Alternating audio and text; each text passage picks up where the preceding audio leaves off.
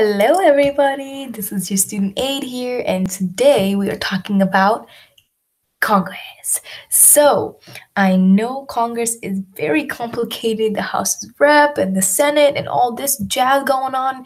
I know, and I will get to that. So don't worry, I will make it super easy for you guys.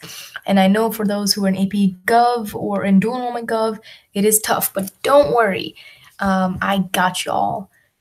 Okay, so let's get started. So the pros and cons of House of Rep. So just know that the House of Rep, there are the pros, which is the reps are closer to their constituents, and the cons that they are always forced to work for benefit for their people. Then there is a president pro tempore, and a position which is created in the Constitution to serve as presiding officer of the Senate in the absence of the vice president.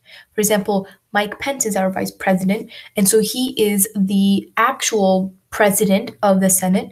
But when the Mike Pence may leave or something, the president pro tempore will take position and will control. So for the Rules Committee, which is only in the House of Representatives, and let me just go back and let me tell you that the President pro tempore is only in the Senate. But anyway, so the Rules Committee, which is only in the House of Representatives, because the Senate is kind of rowdy and doesn't need a Rules Committee, the committee that decides which bills come up for a vote and in what order and under what restrictions on lengths of debate and on the right to offer amendments. And the Senate Rules and Administration Committee, by contrast, possesses few powers. And there's the whip. So there is a whip in each house. There's a majority whip and there's a minority whip. I will go down for you guys to see if this makes more sense. The Congress, there's the whip. There will be a Senate majority whip, Senate minority whip, House majority whip, House minority whip. So let's go back to whip. So a member of the party leadership in each house who helps the party leader stay informed about what party members are thinking and rounds up members when important votes are to be taken and attempts to keep a nose count of how the voting on a controversial issue is likely to go. For example, the whip will go around, let's see. Let me go to down here. Okay, so what if the whip goes to the minority whip and say, let's see what they're thinking of voting on. Let's see, this bill came up and let's see how they will vote on the environmental bill. And then he'll count all the votes and then he'll go up to his majority leader, tell him what's going on, and the minority whip will go here and then go check up on the minority leader and let him know what's up, how people are voting. And that's really what they're doing. Same thing in the Speaker of the House in the House of Representatives. So they're kind of like the eyes and ears for the House of the Speaker of the House and the President pro tempore. So there are three types of committees. There's a standing committee, select committee, and joint committee. And the standing committees are created to investigate a particular issue. The select committees are created to investigate a particular temporary issue, and joint committees are made up of both House and Senate members. I will write that for you guys so that's easier to know.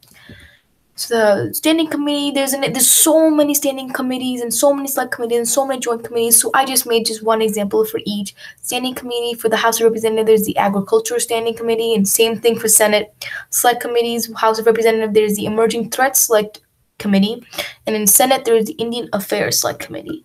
And for joint, there is the Joint Committee on Taxation. Senate example, Joint Committee on Taxation. So the filibuster. Filibuster is a political procedure where one or more members of Parliament or Congress debate over a proposed piece of legislation so as to delay or entirely prevent a decision being made on proposal. I will add for this is only in the Senate, okay? Only senators get a chance to filibuster. So there's a bill that everybody's so angry about and they don't know how to make up their mind. Maybe they'll take a vote. I think it's 60%. They'll take a vote and then they'll just delay it. That's really it. They're delaying and preventing a decision being made on the proposal. So let's go down to earmarks and pork. Now, this is kind of complicated, but just know that a pork is a bill introduced by a member of Congress that gives tangible benefits, like a highway or bridge, to constituents in the hopes of winning votes in return. This is kind of like a trade, It's like they'll give the constituents a highway or a bridge, but they're hoping they'll get those winning votes in return. And this is kind of the same thing as earmarks. Both earmarks and pork barrel spending involve a lot of money on special projects or specific events. Now let's go to log rolling. So the practice of exchanging favors, especially in politics, by reciprocal voting for each other's proposed legislation. So that's kind of like, if you vote for my bill, I'll vote for your bill, right? So this is the exchange of support or favors, especially by legislators, for mutual political gain and by voting for each other's bills. This is kind of a way of corruption, if you get what I mean. Like earmarks and porks is kind of a corruption, quotes, log rolling, quotes. This is kind of like a corruption, So there's a closure also. There's a closure, a mechanism requiring 60 senators' votes to cut off a debate. So there's a whole debate going on. I hate this bill. And then another senator says, well, I like this bill. Or a House of Reps says, I hate this bill. This can happen for both sides, for House and the Senate, for both chambers. But if they keep arguing about this and nobody gets a chance to find a decision for it, then they may think of closing it, the closing and cutting off a debate. So that's what closure means. There's something called rider to a bill in legislative process and procedure. A rider is an additional provision additional provision that is added to a bill or other measure under the consideration by a legislator, but having little connection with the subject matter of the bill. They're usually created as a tactic to pass a controversial provision that would not pass on its own. So that's kind of obvious, you get what I mean? Like they're just used so that they would, pass a controversial provision that would not pass its own bill. So here is the big map. This is the Congress one. This is the Congress one.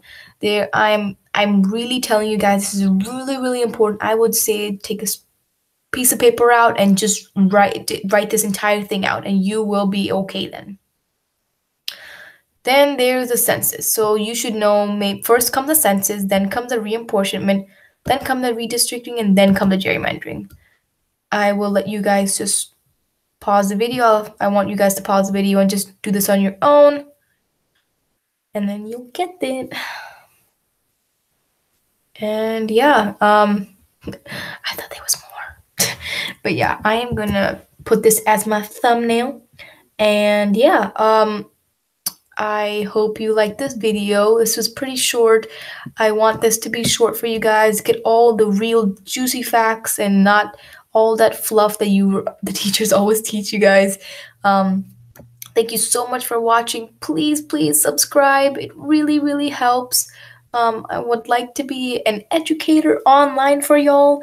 For anybody who's confused from their teachers, has no idea what's happening, it is okay. I got y'all, okay?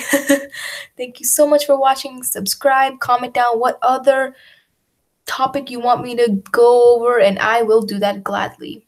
Thank you so much.